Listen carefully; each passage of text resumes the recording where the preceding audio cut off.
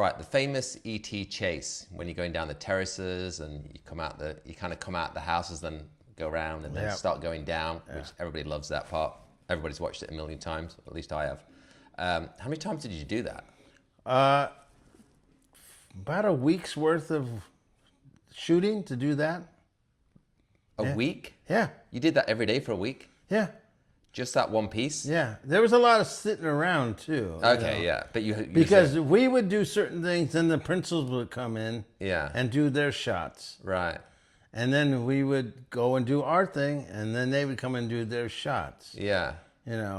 So it was always but there was a lot of shots, like I said, about the stuntman kid. Yeah. That never got seen. There was a couple more chases that didn't get seen. So they just wanted loads of footage, and then they obviously edited down to how they wanted it. Yeah.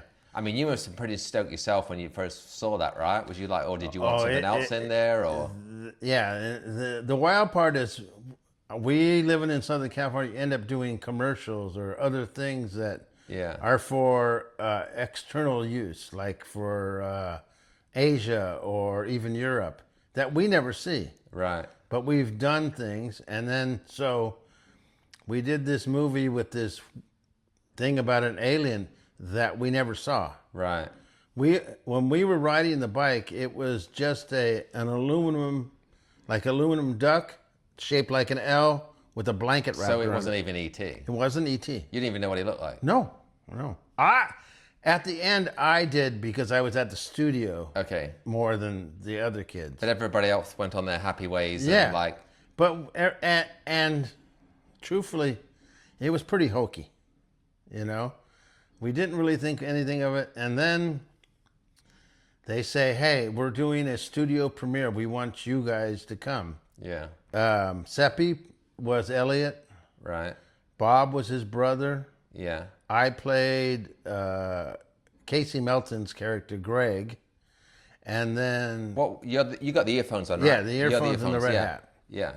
And then there was the other emo guy that Chris Taylor played. Okay. So you guys are all buddies, right? Yeah, we were all... In real life? Yeah, we all knew each other. And stuff. From the track and stuff. And we did it, and we didn't really...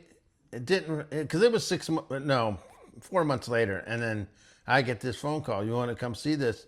Yeah. Bob wasn't there. It was just me and David. Yeah. Went to this premiere. The other guys didn't even bother going? No, because they really didn't care. Right. So we show up at Universal Studios when they used to have this big amphitheater. Yeah. So we get there, and we're late, LA traffic, like usual. So we climb these stairs to this top of this thing, and when we get there, there's this lady pounding on the door with her shoe, slam, I mean hard, yelling, "My daughter's in this movie, let me in, my daughter's in this movie." Look down, that's Drew Barrymore, not knowing who she is at that point. Drew Barrymore and her mom. Yeah. So they let us all in, they sit us in there. Most of the studio people, front rows, pretty close. Then they set us in the middle, and then behind us, it was a bunch of studio kids. Yeah. They use them as, see how it reacts. This was a reaction. Yeah. So they start the movie. You start hearing chatter, the little chatter. And I was told if you could catch a kid's ear for 5 seconds, you have a hit. Yeah. Anything above that, it's pretty wild. So they go through and they get to the scene where E.T.'s dying. Yeah. And you hear these little kids, especially little girls, "God, don't let E.T. die. Please don't let E.T. die." Yeah. And then he comes back to life and scream. "Ah!" Yeah, They're all screaming. And then we come on board for the chase scene, and they're cheering, and people are yelling. And, "Ah!" And we get away, and everybody's all happy, and all this stuff, So I know, as working in the industry enough to know that was pretty wild. Yeah. But we never knew it was going to be what it became. Right. 2 weeks later, there was lines down the block to go see this movie about this weird alien and us kids riding bikes. Yeah. And it grew and grew and grew. And at that point, we started getting a bit upset because we were considered scabs at the time. What's a scab? Basically, none of us were union people. Right. So we didn't get paid scale. We didn't get paid for residuals or anything. We were just hired guns. Just for the day. They paid, I think the kids got $350 for the whole thing. Bob made $1,000. I made a little more than everyone else because I was doing 3 different things. I was getting paid by Everything Bicycles, the studio, and the movie. Yeah. So my recollection of it is I got a little more than everyone else. Yeah. But I didn't really, I didn't publicize any of that,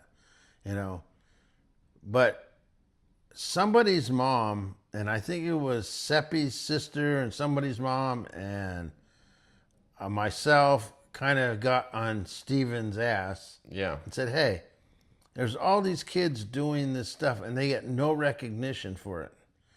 Well, the only thing, if you look at if you go all the way down when they do the credits, there's a little thing, thank you, Everything Bicycles. And that was it.